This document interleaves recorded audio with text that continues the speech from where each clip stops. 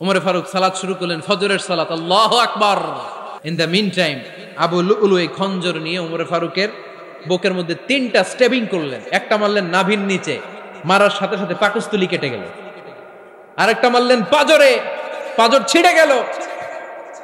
3টা মারার পরে উমরে ফারুক বললেন, কাতালানি আল কাল, এক কুকুর আমাকে মেরে ফেলেছে। পেছন থেকে এক সাহাবীকে টান মেরে সামনের দিকে নিয়ে গেলেন, তুমি নামাজের ইমামতি করাও। আর ওমরে ফারুককে বাকিরা ধরাধরি করে পেছনে নিতে আরম্ভ করলেন। আর এই আত্মাই আক্রমণ যে করেছে, সে কাতারের মাঝখান দিয়ে যেতে আরম্ভ করলো আর 2 দিকে ছুরি মারতে আরম্ভ করলো। 13 জন সাহাবীর গায়ে ছুরি মেরেছে, 7 জন সাহাবা স্পট ডেথ, জায়গায় মৃত্যু। এই ভয়ঙ্কর অবস্থা দেখে এক সাহাবী বুরনুস, এক ধরনের জুব্বা আছে মাথাওয়ালা, অনেকে জ্যাকেট পরছেন না এরকম মাথাওয়ালা, লম্বা জুব্বা আছে আর ওরা শীতে পড়ে মাথাওয়ালা, এই মাথাওয়ালা জুব্বা বের করে এক সাহাবী জালের মতো তার দিকে উড়ায় মারল। ওই বুরনুসের মধ্যে পেঁচিয়ে আবু লুলু মাটিতে পড়ে গেল আর সুইসাইড করে ফেলল, নিজের বুকে নিজে মেরে আত্মহত্যা। যেই সাহাবীকে ইমামতির জন্য দাঁড় করালেন, উনি ছোট্ট সূরা দিয়ে প্রথম রাকাতে সূরা আল কাউসার, দ্বিতীয় রাকাতে সূরাতুল ইখলাস দিয়ে নামাজ শেষ। উমরে ফারুক বেহুশ। উমরে ফারুক কি বেহুশ। সবাই কান্নাকাটি করতেছে, সবাই দেখতে গেলেন, এখন হুঁশ ফিরে না। মুখের মধ্যে, মুখ খুলে রাষ্ট্রের চিকিৎসক মুখের মধ্যে দুধ দিলেন, ওই নাভি দিয়ে দুধ বের হয়ে যায়, পাকস্থলী কেটে ওখান দিয়ে দুধ বের হয়ে যাচ্ছে। তারা বললো ওনারে বাঁচানো সম্ভব না, দেখেন হুঁশ ফিরে কিনা। হুঁশ ফিরলে ওনার পরে কে আমির হবে, উনি যেন প্যানেল ঠিক করে দিয়ে যায়। সবাই তাকিয়েছে ওমরে ফারুকের চোখের দিকে। আল্লাহর মেহেরবানিতে ঘন্টা খানিক পরে উনি চোখ খুললেন। চোখ খোলার পরেই বলেন নাই, ও মা আমি মরে যাই। চোখ খোলার পরে উনি বলেন নাই, কে মারলো আমারে। চোখ খোলার পরে উনি বলেন নাই, আমার পরে নেতা কে হবে। চোখ খোলার পরে সর্বপ্রথম কথাটি ছিল, আসল্লান নাস, আমার নেতৃত্বে যে ফজরের নামাজটা শুরু হয়েছিল এটাকে ঠিকমতো তোরা পড়েছিলি? আমার নেতৃত্বে যে ফজরের জামাত শুরু হয়েছিল সেটা ঠিকঠাক মতো সমাপ্ত হয়েছিল কিনা আগে বল। আসল্লান নাস, নামাজটা হয়েছে কিনা বল। সুবহানাল্লাহ বলতে পারলেন না? This is Umar, hour super hero. নেতা অনেকগুলো লাগে না, এরকম নেতা একটাই যথেষ্ট যে গোটা বিশ্বকে কাঁপায় দিতে পারে। চিল্লায় বলো ঠিক কিনা? বিশ্বনবী মক্কায় বসে বসে তাহাজ্জুদের সালাত পড়ে আল্লাহর কাছে দোয়া করলেন, আল্লাহুম্মা আইজ্জাল ইসলাম বিআহাব্বির রাজুলাইনি ইলাইক। ও আল্লাহ, 2 জন লোকের নাম বলবো, 2 জনের দরকার নেই, এই 2 জনের একজনকে আপনি ইসলামের সুশীতল ছায়া তলে এনে ইসলামকে বিজয় দান করে দেন। মুহূর্তের মধ্যে দোয়াটা কবুল করে নিয়েছে কে? বিশ্বনবী বললেন, আল্লাহ 2 জনের নাম বলবো আজকের দোয়ায়।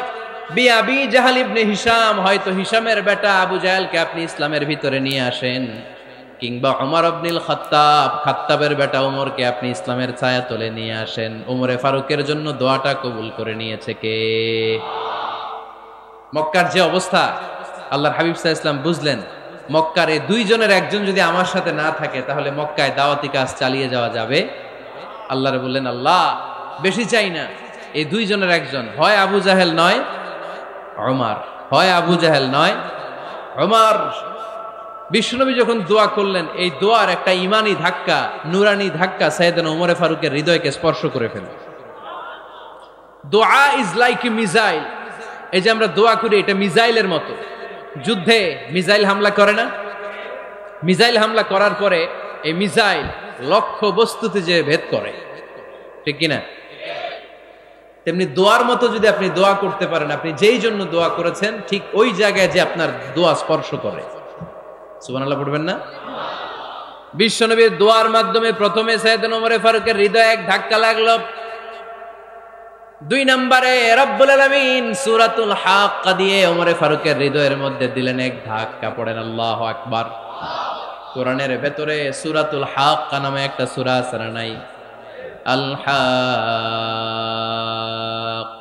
মাল হাক্কা ওয়া মা আদরাকা মাল হাক্কা। পড়েন আল্লাহু আকবার। বিশ্বনবী যখন দোয়া করলেন, ওই দোয়া যখন সৈয়দনা ওমরে ফারুকের হৃদয়ে স্পর্শ করলো, সৈয়দনা ওমরে ফারুক সব সময় বিশ্বনবীরে ফলো করতে আরম্ভ করলেন। বিশ্বনবী ডানে গেলে লুকিয়ে লুকিয়ে ওমর ফারুক ডানে যায়, বিশ্বনবী বায়ে গেলে লুকিয়ে লুকিয়ে ওমরে ফারুক বায়ে যায়। বিশ্বনবী একবার মসজিদুল হারামে যে নামাজ পড়তে শুরু করলেন, ওমরে ফারুক তখন বিশ্বনবীর পিছু পিছু ছদ্মবেশে পেছন থেকে যে বিশ্বনবী কিভাবে নামাজ পড়ে দেখতে শুরু করলেন। বিশ্বনবী ইন দা মিন টাইম এশার নামাজে আল হাক্কাতুমাল হাক্কা তেলাওয়াত শুরু করে দিলেন। আল হাক্কাতুমাল হাক্কা তেলাওয়াত শুরু করে দিলেন। তেলাওয়াত করতে করতে বিশ্বনবী যখন তেলাওয়াত করতেছে, ওমরে ফারুক এরকম দুলতেছে আর মজা পাচ্ছে। ওমিয়া বিশ্বনবীর কণ্ঠ বুঝি আমার মতো কণ্ঠ, আপনার মতো কণ্ঠ, আহমদ বিন ইউসুফের কণ্ঠ, আব্দুল বাসিতের কণ্ঠ না। বিশ্বনবীর গলায় যে কি সুরের ঝংকার আল্লাহ দিয়েছেন, কি সুরের লহরি আল্লাহ দিয়েছেন, একবার যে শুনতো পাগল হয়ে যেত। আল্লাহু আকবার। বিশ্বনবী সূরা হাক্কা মন্ত্রমুগ্ধ তেলাওয়াতে, মন্ত্রমুগ্ধ সুর দিয়ে, মন্ত্রমুগ্ধ কণ্ঠ দিয়ে তেলাওয়াত করতে লাগলেন। এশার সালাতে ওমরে ফারুক দুলতে লাগলেন। ওমরে ফারুক যত শুনেন অবাক হয়ে যায়, যত শুনেন অবাক হয়ে যায়, যতই শুনে অবাক। কিরে? কারণ তিনি আরবি ভাষা বুঝতেন। এত সুন্দর শব্দের গাঁথুনি, এত প্রাঞ্জল বর্ণনা, এত সুন্দর অন্তমিল, এটা কবিতা না হয়ে পারে না। উনি মনে মনে ভাবলেন এটা মনে হয় কবিতা। It might be poem, it could be poem. Muhammad মনে হয় কবি হয়ে গেছে, তার কাব্য প্রতিভা দিয়ে সে এটা বানিয়েছে। তা না হলে এত সুন্দর কথা, এটা কবিতা না হয়ে পারে। ইন দ্য মিন টাইম বিশ্বনবী কিন্তু দেখতেছে না যে পেছনে ওমর। বিশ্বনবী তেলাওয়াত করছিলেন। ইন দ্য মিন টাইম বিশ্বনবী পড়ছিলেন ওমা হুয়া বিকাউলি শাইরিন কলিলাম মা তুমিনুন। এই আয়াতের অর্থ হলো এটা কোনো কবির কথা নয়, খুব অল্প সংখ্যক লোকই তোমরা ঈমান আনো। সুবহানাল্লাহ পড়ে। এটাকে বলে কোইন্সিডেন্ট। কোইন্সিডেন্ট হুট করে অনেক সময় মিলে যায়, যায় কি যায় না। আপনি একজনের কথা ভাবতেছেন ভাবতেছেন, বাজারে গেলেন, বাজারে যেই দেখেন ওই লোকটা দাঁড়ায় আছে, এরকম হয় কি হয় না? কোইন্সিডেন্ট। ওমরে ফারুক মনে মনে যেটা ভাবতেছে ওই কথা দিয়ে বিশ্বনবী তেলাওয়াত করতেছে। আল্লাহু আকবার। বিশ্বনবী যে আয়াত তেলাওয়াত করছিলেন, আয়াতের অর্থ হলো এটা কোনো কবির বানানো কবিতা না, খুব অল্প সংখ্যক লোকই তোমরা ঈমান আনো। ওমরে ফারুক আটকে উঠলেন, থমকে দাঁড়ালেন। ঘটনা কি? আমি মনে মনে ভাবলাম, কি রে এত সুন্দর কথা, এটা তো মানুষের কথা হতে পারে না, এটা নিশ্চয়ই কবিতা, কবির কথা।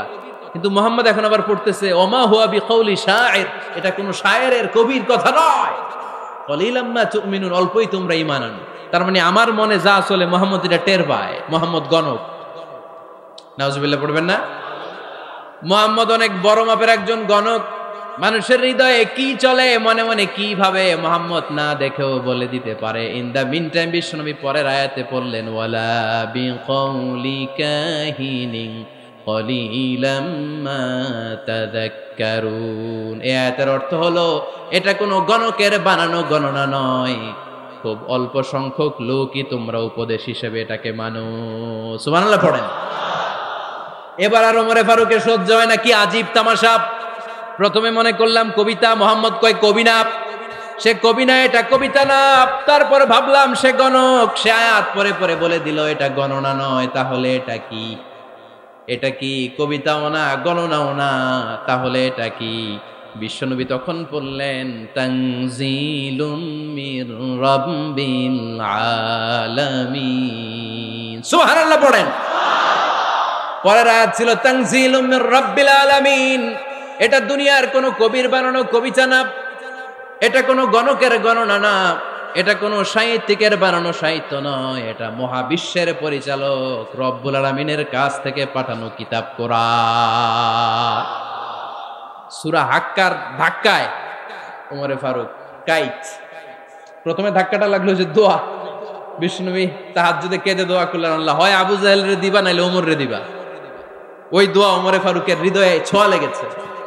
এরপরে হাক্কা, সূরাতুল হাক্কা দিয়ে দিলে এক ধাক্কা।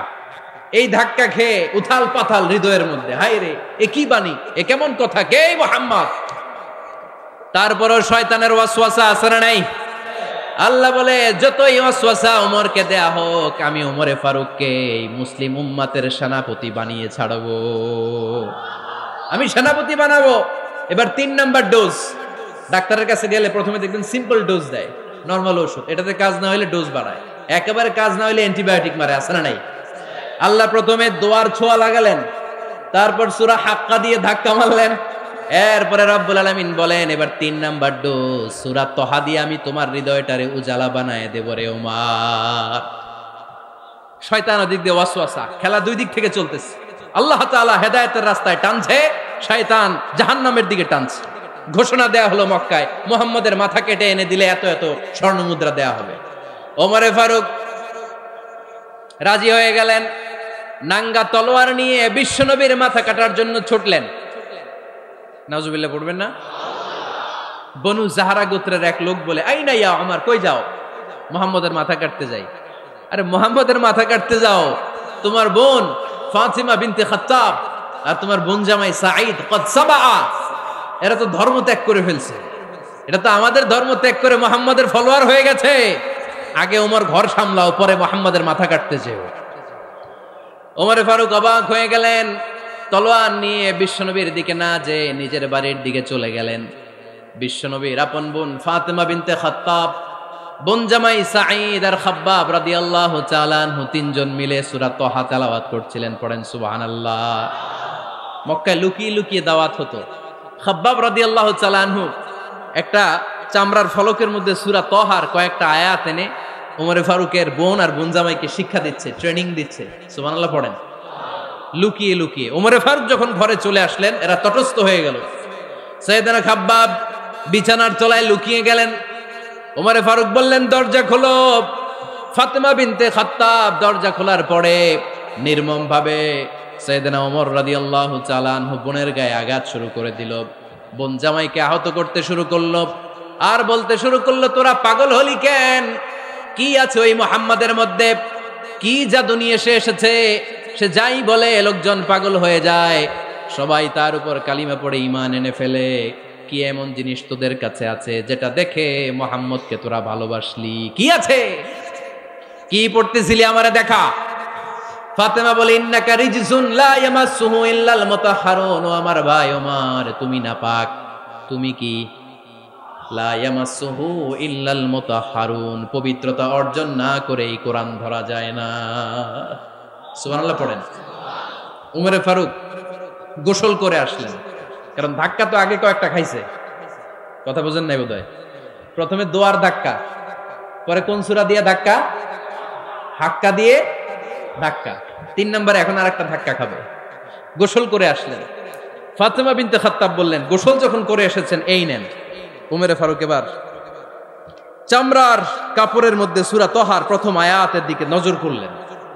নজর করেই কোরআনের প্রেমে পড়ে গেলেন। পড়েন সুবহানাল্লাহ। উমরে ফারুক পড়তে আরম্ভ করলেন, তহা মা আনজালনা আলাইকাল কুরআনা লিতাশকা ইল্লা তাযকিরাতাল লিমান ইয়াখশা তানজিলাম মিম্মান খালাকাল আরদা ওয়াস সামাওয়াতিল উলা। সুবহানাল্লাহ পড়েন। উনি পড়তে আরম্ভ করলেন, তহা মা আনজালনা আলাইকাল কুরআনা লিতাশকা, এই কোরআনকে আমি তোমাদের হতভাগ্য জাতি হিসেবে দুনিয়ায় থাকার জন্য পাঠাই নাই। এটা রব্বুল আলামিনের পক্ষ থেকে এসেছে। যারা রবকে ভয় করে তাদের জন্য আছে উপদেশ।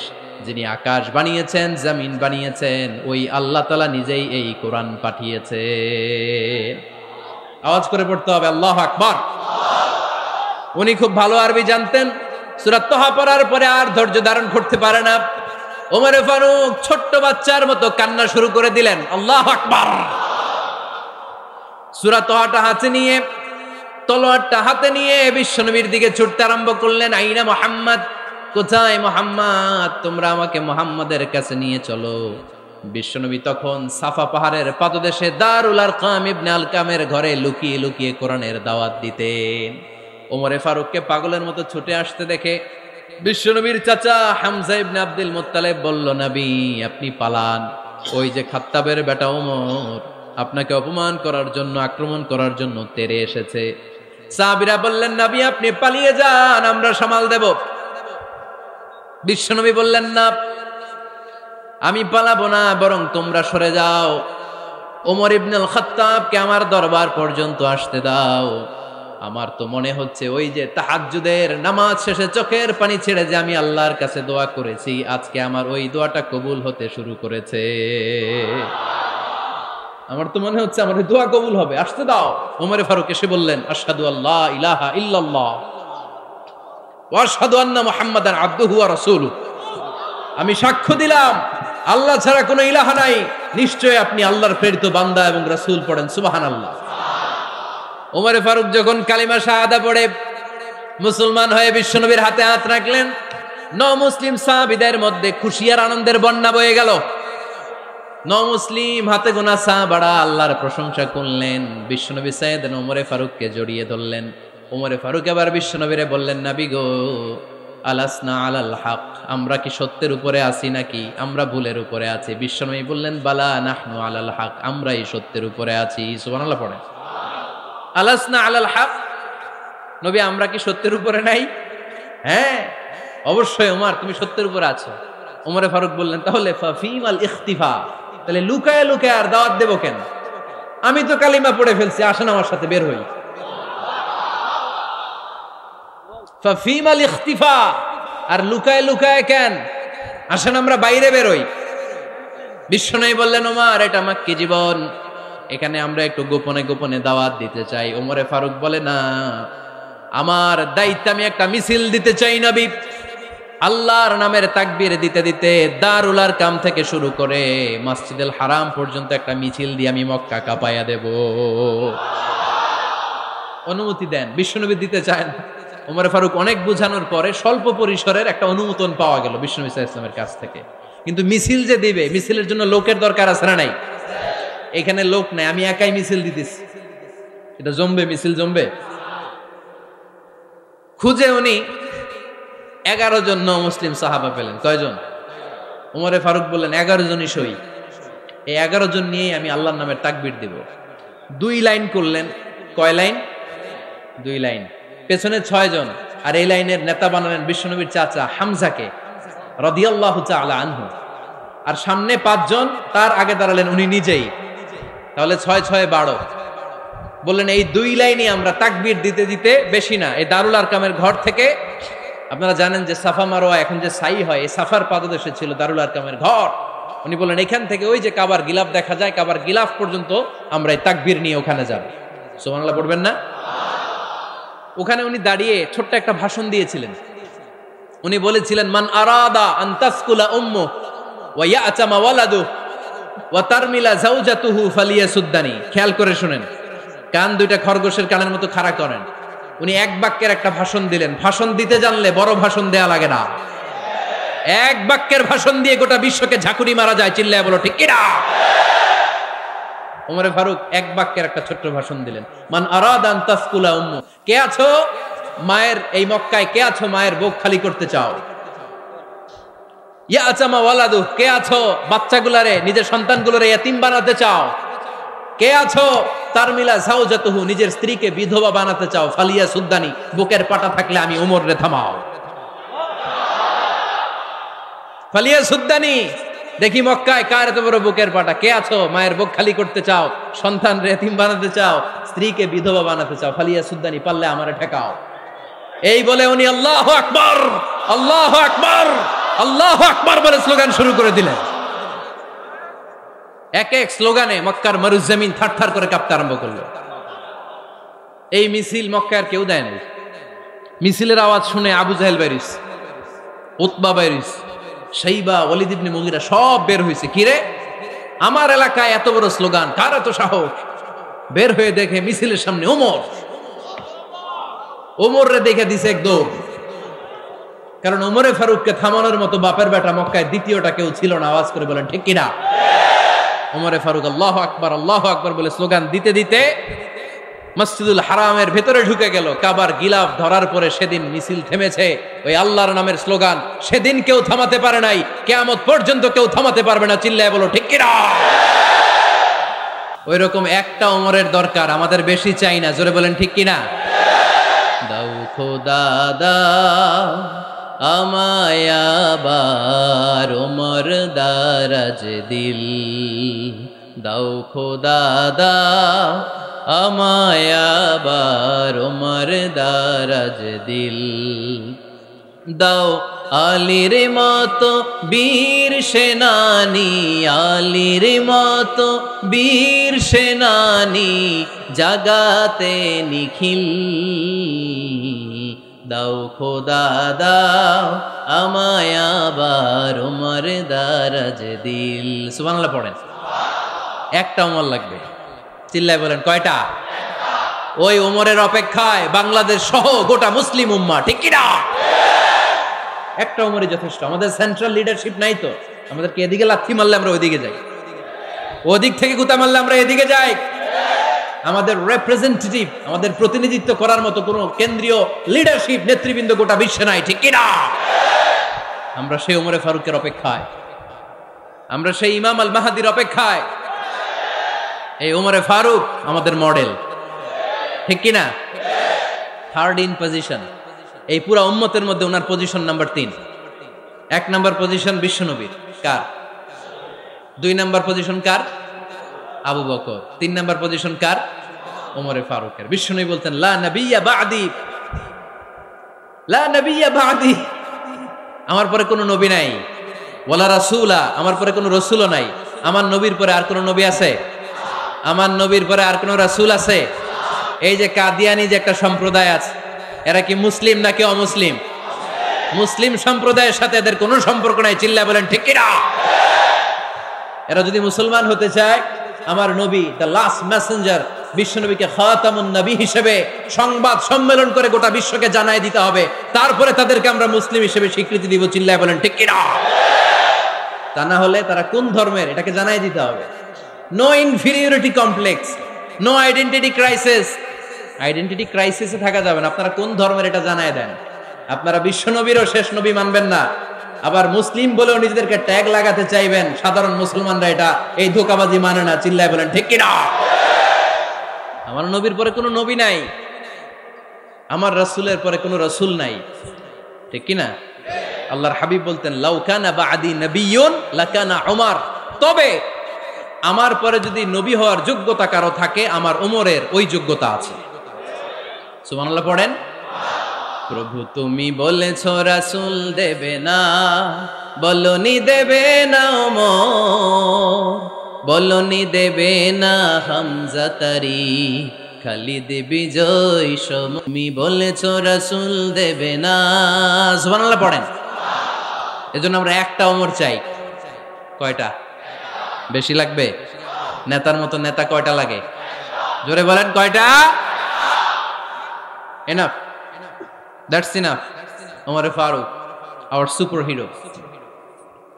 ওনার সাথে বিশ্বনবী সাল্লাল্লাহু আলাইহি ওয়াসাল্লামের মুসাহারার সম্পর্ক ছিল। ওমরে ফারুক যে বিশ্বনবীর শ্বশুর, এটা অনেকে জানেই না। ওমরে ফারুক রাদিয়াল্লাহু তাআলা আনহু বিশ্বনবীর শ্বশুর ছিলেন। এটা আজকে নতুন শুনছেন, কে কে হাত তোলেন? দেখছেন হুজুর? সঠিক বলছি না আমি? অনেকে আমরা জানি না। মাশাআল্লাহ, জানতে লজ্জা নাই, শিখতে লজ্জা নাই। লজ্জা হচ্ছে অজ্ঞতায় আর মূর্খতায়, ঠিক কি না? আমরা শিখতে রাজি আছি। যে কথা বলে আমরা তার ছাত্র। আমার আগে হুজুর কথা বলতেছিলেন, আমরা ছিলাম ছাত্র। এখন আমি কথা বলতেছি, এখন আমরা সবাই হয়ে গেছি ছাত্র, ঠিক কি না? যিনি বলেন তিনি শিক্ষক, বাকিরা আমরা ছাত্র, ঠিক কি না?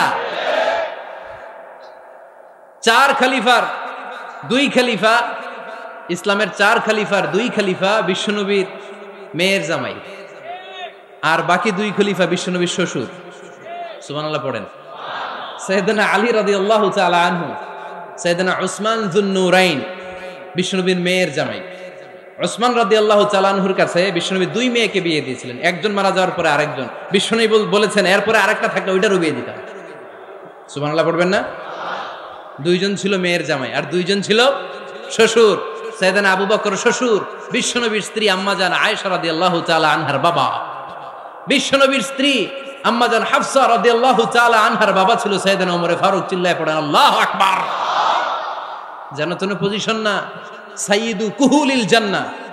জান্নাতে যত নারীরা যাবে, নারীদের সর্দারিনী হবে সাইয়্যিদাতুনা ফাতেমা রাদিয়াল্লাহু তাআলা আনহা।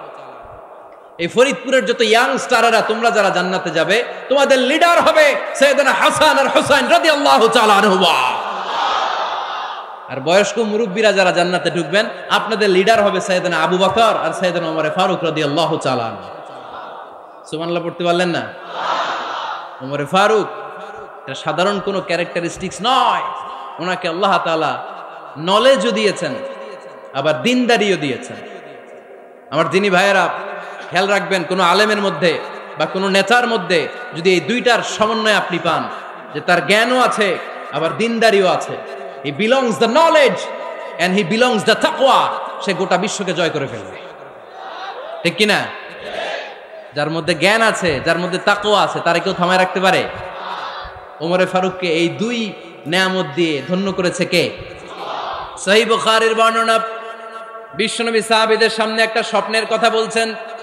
বিশ্বনবী বললেন, আমি স্বপ্নে দেখলাম আমার আঙ্গুলের ফাঁকা থেকে দুধ বের হচ্ছে, আমি তৃপ্তি সহকারে দুধ খেলাম।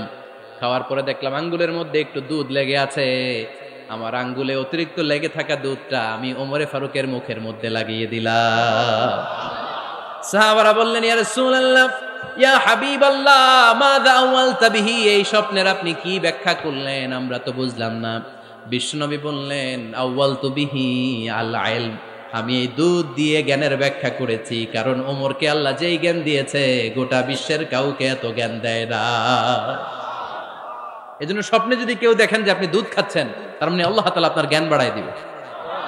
ওমরে ফারুককে দুধ খেয়ে অতিরিক্ত দুধের অংশটা বিশ্বনবী আবু বকর রাদিয়াল্লাহু তাআলা আনহুর মুখে দেন নাই, সাইয়েদনা উসমানের মুখে দেন নাই, আলী রাদিয়াল্লাহু তাআলা আনহুর মুখে দেন নাই। স্বপ্নে ওই অতিরিক্ত লেগে থাকা দুধটা বিশ্বনবী ওমরে ফারুকের ঠোঁটের মধ্যে লাগিয়ে দিয়েছেন।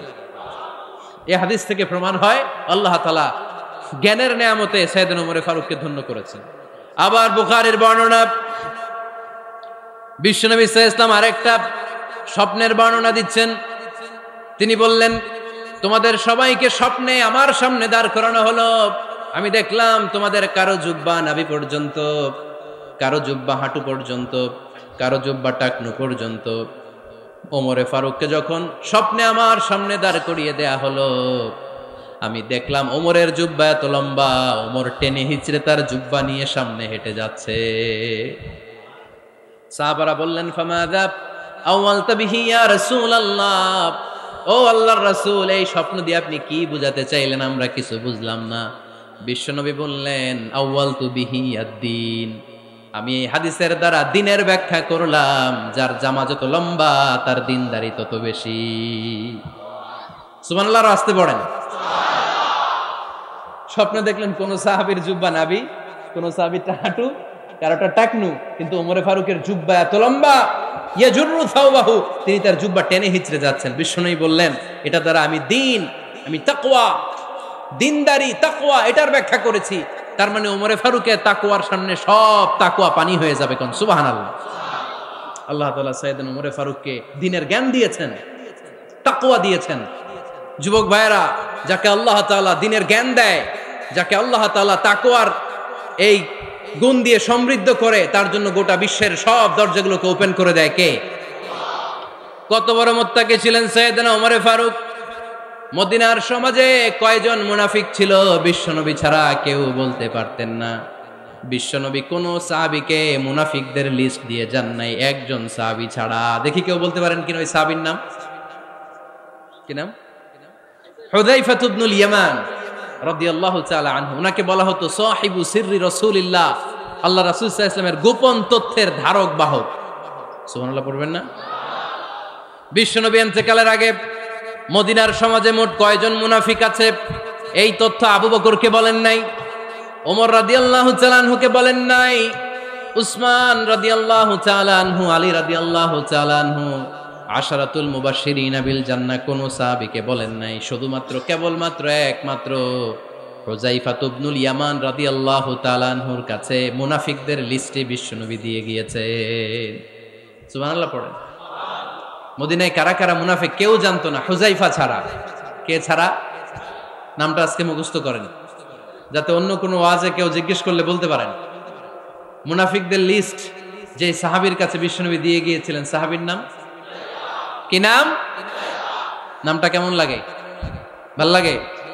অনেকে আমারে জিজ্ঞেস করে, হুজুর আমার ছেলে হবে আগামী মাসে, একটা নাম দেন। নাম দিয়ে দিলাম হুযায়ফা। যাদের হবে ছেলে, এলাকার যাদের নেক্সট কয়েক মাসে ছেলে হবে, খালি হুযায়ফা চলবে। কি চলবে? ভাল লাগে নামটা? ভাল লাগে, রাইখেন, অনেক সুন্দর নাম। উনি জানতেন মুনাফিক কারা। দেখেন ওমরে ফারুকের তাকওয়ার লেভেলটা কত হাই। ওমরে ফারুক একদিন হুযায়ফা রাদিয়াল্লাহু তাআলা আনহুর কাছে গেলেন, যে বললেন, হুযায়ফা, বিশ্বনবী ইন্তেকালের আগে মুনাফিকদের নামের লিস্টটা কারো কাছে দেয় নাই, আমার জানা নাই, সাইয়েদনা আবু বকরের জানা নাই, কোন সাহাবীর জানা নাই, তুমি ছাড়া। আমি তোমার কাছে জানতে চাই, আমি ওমরের নামটা ওই মুনাফিকদের খাতায় আছে কিনা আমার একটু বলো। আমার ওমরের নামটা ওই মুনাফিকদের লিস্টিতে একটু আছে কিনা, নামটা একটু বলো। যদি থাকে আমি ভালো হয়ে যাব, আমি নেফাকি দূর করে পাক্কা মুমিন হতে চাই। আমার নাম যদি মুনাফিকের লিস্টে থাকে আমি তো শেষ। হুযায়ফা চোখের পানি ছেড়ে দিয়ে বলে, আমিরুল মুমিনিন, কেমন প্রশ্ন করলেন আপনি? আপনি বিশ্বনবীর শ্বশুর, এই উম্মতে আপনার পজিশন 3 নাম্বার। আপনারে মুনাফিকরা ভয় পায়, শয়তান আপনারে ভয় পায়। আপনি জান্নাতে সব বয়স্ক লোকদেরকে নিয়ে জান্নাতের মধ্যে আগে আগে ঢুকবেন, কেমন করে মুনাফিকদের কাতারে আপনার নাম থাকতে পারে ওমর? সুবহানাল্লাহ পড়ে। কি বিনয়ী, কি তাকওয়া। হুযায়ফাকে যে ধরতেন, হুযায়ফা একটু বলো না আমার নামটা মুনাফিকদের লিস্টিতে আছে কিনা। ওমরে ফারুকের যদি এই টেনশন থাকে যে আমি মুনাফিক হয়ে গেলাম কিনা, আমাদের এই টেনশন থাকার দরকার আছে না নাই? হ্যাঁ, যেন সব সময় আল্লাহর কাছে দোয়া করতে হবে, আল্লাহ তুমি নেফাকি থেকে আমাদেরকে বাঁচাও। আরো জোরে পড়েন আমিন। আপনারা ওঠা বসা শুরু করলেন কেন? অনেক রাত হয়ে গেছে তাই? হ্যাঁ, শেষ করে দেই তাহলে না? যে অনেকের কষ্ট হচ্ছে মনে হচ্ছে। হ্যাঁ, এক নম্বরে যাচ্ছে এটা সব মুখস্থ দেখি। হ্যাঁ, 1 নাম্বার, 2 নাম্বার, 3 নাম্বার। 1 নাম্বার হইল পেশাবখানা, 2 নাম্বার পায়খানা, 3 নাম্বার নাকি এইটা।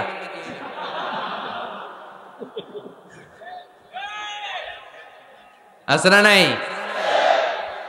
না। সিগারেট কোন মুসলমান খেতে পারে? সিগারেট হয় টোবাকো প্ল্যান্টস থেকে, তামাক পাতা। ফরিদপুরে চাষ হয় নাকি? হয়। কোন থানায় হয় বেশি? হ্যাঁ,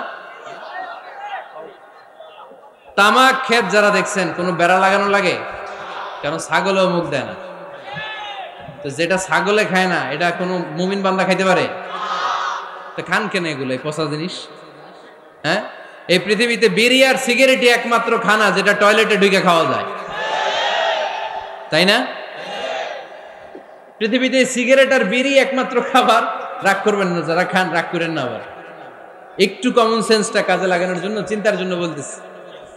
এটাই পৃথিবীর একমাত্র খাবার যেই খাবারের গায়ে এই খাবারের বদনাম লেখা থাকে, স্মোকিং কজেস ক্যান্সার।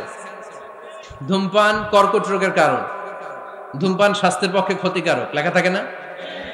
আচ্ছা, ধরেন ফরিদপুরের একটা কোম্পানি নতুন চানাচুর বের করছে, ওই চানাচুরের গায়ে লেখা, এই চানাচুর খাওয়ার 1 ঘন্টার মধ্যে বমি শুরু হবে আর ডায়রিয়া হবে।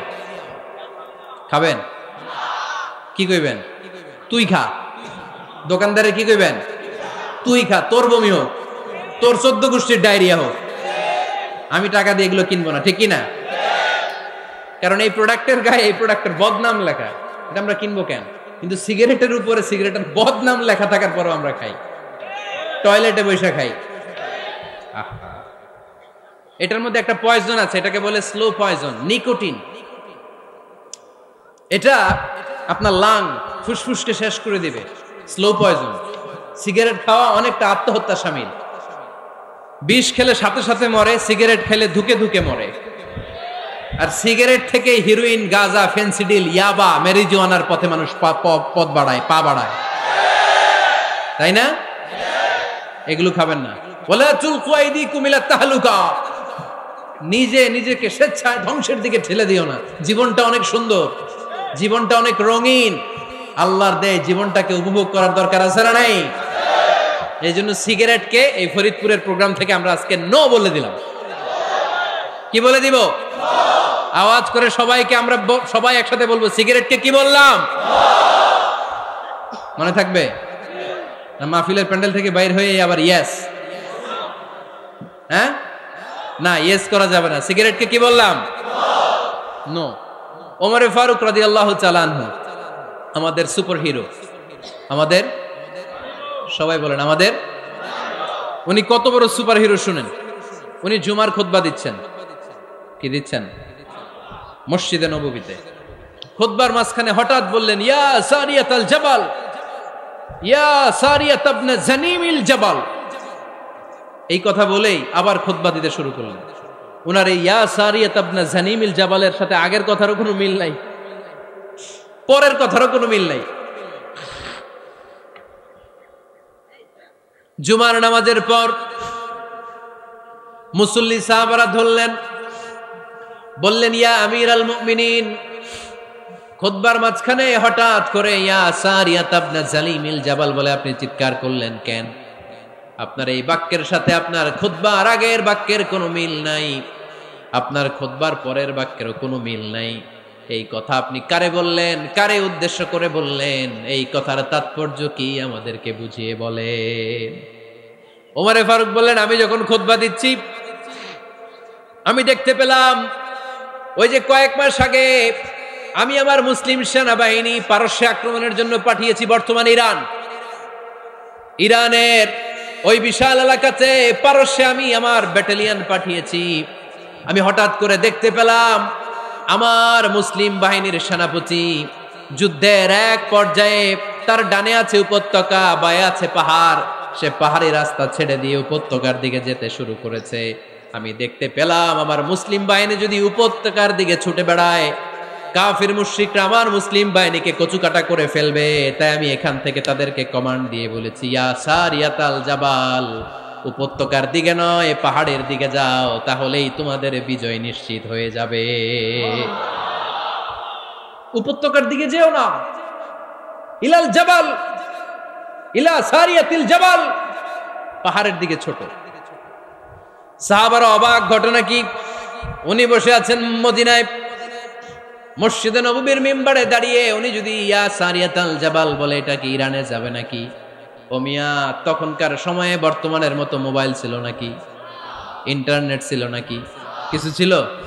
খালি মুখে আমি যদি বলি ইয়া সারিয়াতাল জাবাল, এটা ইরানে যাবে, ইন্ডিয়ায় যাবে, ঢাকায় তো যাবে না, ফরিদপুর শহরেই তো বসবে না, ঠিক কিনা? কিন্তু এটা আমিরুল মুমিনিন বিশ্বাসী সাহাবারা বিশ্বাস করে নিল। কিছু মুনাফিক ছিল, এরা কয় না ঝামেলাস, এটা তো সম্ভব না। এক কাজ করি, এই সেনাপতি যখন বিজয়ী বেশে মদিনায় ফিরে আসবে আর আমরা ধরব। এরা দিন গুনতে লাগলো, এই সেনাপতি মুসলিম বাহিনী নিয়ে পারস্য জয় করে কবে ফিরে আসবে।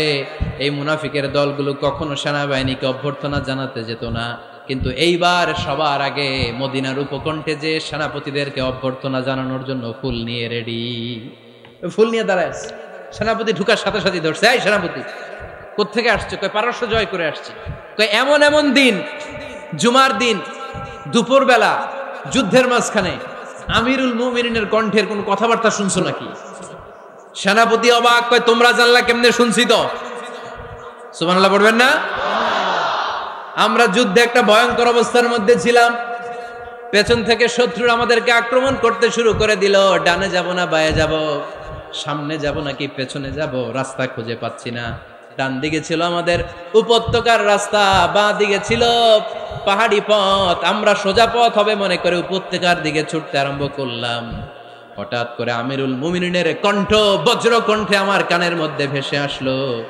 আমার মনে হলো আমিরুল মুমিনিন কেমন যেন আমাকে কমান্ড দিচ্ছেন আর বলছেন, ইয়া সারিয়াতাল জাবাল, ডান দিকে উপত্যকার পথে নয়, তাড়াতাড়ি পাহাড়ের দিকে সৈন্য বাহিনী নিয়ে উঠে যাও। পাহাড়ের দিকে, ডানে না, this is wrong track and this is the right track. ওই দিন যদি ওমরে ফারুকের ওই গাইডলাইন, আমিরুল মুমিনিনের কমান্ড যদি আমি না শুনতাম, আজকে বিজয়ের বেশে ফিরতেও পারতাম না, আমাদের চেহারাও তোমরা দেখতে পেত না। ওমরে ফারুকের ওই কমান্ড, ওই গাইডলাইন অদৃশ্য থেকে শোনার কারণে ওই পারস্যের মধ্যে আমাদেরকে সেই যুদ্ধে বিজয় দান করেছে কে? দিস ইজ ওমরে ফারুক, দিস ইজ ওমরে ফারুক। বিশ্বনবী বলতেন, ওমর মা লাকিয়াকা শাইতানু সালিকান ফাজ্জান ইল্লা সালাকা ফাজ্জান গায়রা ফাজ্জিক। ওমর, শয়তান ইবলিস যদি তোমারে কোনো রাস্তা দিয়ে হাঁটতে দেখে, শয়তান ওই রাস্তা রেখে দিয়ে অন্য রাস্তা দিয়ে হাঁটে। সুবহানাল্লাহ বাড়িতে যায় বললেন, কে বলতেছে? বিশ্বনবী। কার ব্যাপারে? ওমরে ফারুকের ব্যাপারে। শয়তান যদি দেখে যে ওমরে ফারুক এই রাস্তা দিয়ে হাঁটতেছে, শয়তান ওই রাস্তা রেখে দিয়ে অন্য রাস্তা দিয়ে হাঁটে। সুবহানাল্লাহ পড়েন। রাত্রিবেলা আমরা আমাদের বাচ্চা ছেলে মেয়েদেরকে যখন খাওয়াই, বাচ্চারা খেতে চায় না, এরকম হয় আপনাদের ফরিদপুর এলাকায়? হ্যাঁ, এই এলাকায় হয় নাকি? খেতে চায় না বাচ্চারা, এই চকলেট দেখায়া, এই মিনা কার্টুন দেখায়া, এইটা সেইটা এগুলো সেগুলো বলে, গল্প টল্প বলে ভুলাইয়া খাওয়ানো লাগে, তাই না? তারপরও খায় না। আমারও ছোট মেয়ে আছে, খেতে চায় না, এইটা সেইটা এমনি সেমনি খাওয়ানো লাগে। তো শেষে না পেরে মা বাবা বলতে বাধ্য হয়, ওই যে ভূত আসতেছে, ভূত, তাড়াতাড়ি তাড়াতাড়ি খাও, নাহলে যে ভূত ধরবে তোমারে। ওই যে বাঘ আসতেছে, বাঘ, তাড়াতাড়ি খাইলে নাহলে বাঘে কামড়াবে। বলি না আমরা? আপনারা কি বলেন? ভূত। আর কি বলেন? হ্যাঁ হ্যাঁ, আচ্ছা, এক এক জায়গায় এক একটা আমরা বলি, ভূত আসবে, বাঘ খাবে, ভাল্লুক খাবে, তাড়াতাড়ি খাও। মদিনাতে যখন ওমরে ফারুক আমিরুল মুমিনিন, মদিনার মায়েরাও বাচ্চাদেরকে খাওয়াতে পারতো না, ছোট্ট মেয়েদেরকে খাওয়াতে পারতো না, খাওয়া নিয়ে যন্ত্রণা করতো। বাচ্চারা যখন মদিনায় খেতে চাইতো না রাত্রিবেলায়, মদিনার মায়েরা বলতো তাড়াতাড়ি খাও, হা হুয়া ইয়াতি উমর, হা হুয়া ইয়াতি উমর, তাড়াতাড়ি খা, নাইলে ওই যে ওমর আসতেছে, Umar. This is our superhero সাইয়েদনা ওমর ফারুক রাদিয়াল্লাহু তাআলা। শুধু শয়তানি ভয় পেত না, মুনাফিকরাও ভয় পাইতো, জমের মতো ভয়। শুধু তাই না, আমাদের আম্মাজান বিষ্ণু ইসা ইসলামের স্ত্রীরাও ওমর ফারুককে ভয় পেতেন। সুবহানাল্লাহ কইবেন না? মাঝে মাঝে বিষ্ণু ইসা ইসলামের সাথে আম্মাজান আয়েশার ঝগড়া হতো, হতো না? আপনাদের ফ্যামিলিতে ঝগড়া হয়? হয় না? হয় না? কার কার দেখি? ওরে আল্লাহ, অনেক আল্লাহর ওলি আছে তো এই জায়গায়। ঝগড়া হয় না? কি কথা কয়, ঝগড়া হয় না বলে? বিশ্বনবীর ফ্যামিলিতে ঝগড়া হয়, আপনার ফ্যামিলিতে হয় না? মিষ্টি ঝগড়া। আর ও বিয়েই করে নাই।